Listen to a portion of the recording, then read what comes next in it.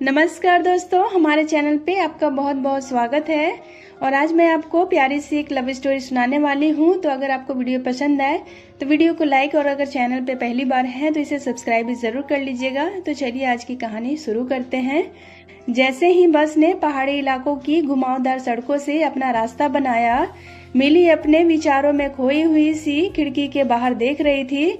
वो अपने परिवार के साथ गर्मियों की छुट्टियां बिताने के बाद शहर वापस जा रही थी, जहां वह रहती थी और काम करती थी।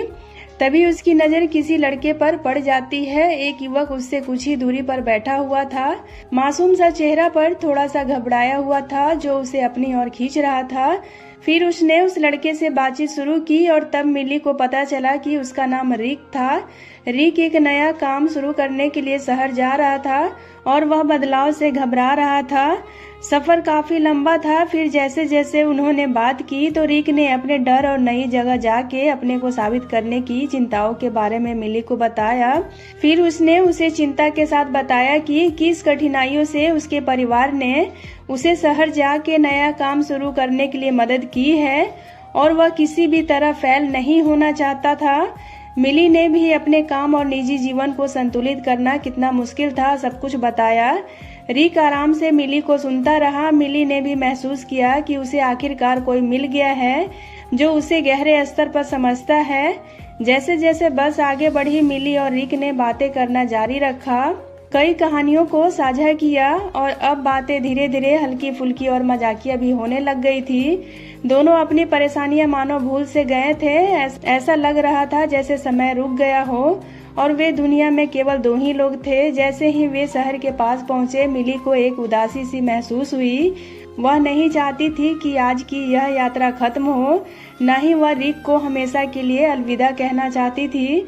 बस अब शहर के बस स्टैंड पे पहुंच चुकी थी। दोनों के अलविदा कहने का समय आ गया था।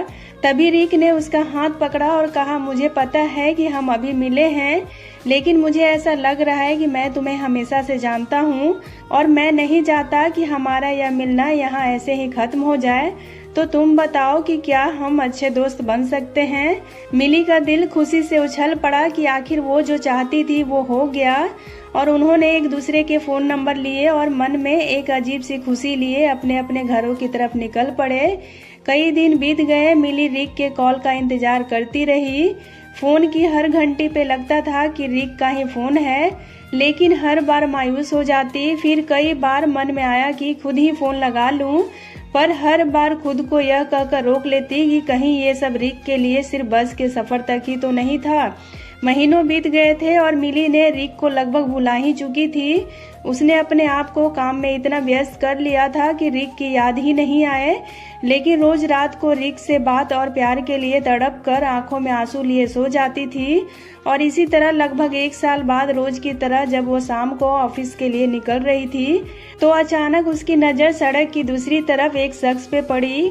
उसकी आंखें फटी की फटी रह गई। बड़ी सी गाड़ी से सूट बूट में सजा हुआ और हाथों में लाल गुलाब का सुंदर सा गुलदस्ता लिए उतरता हुआ इंसान कोई और नहीं बल्कि रिक ही था। सड़क पार करके वो भागी भागी गई और रिक ने हाथ फैलाकर उसे गले से लगा लिया। मिली भी रिक के गले लगकर बहुत रोई, लेकिन उसकी सारी शिकायतें उसके आंसुओं के साथ बह गई।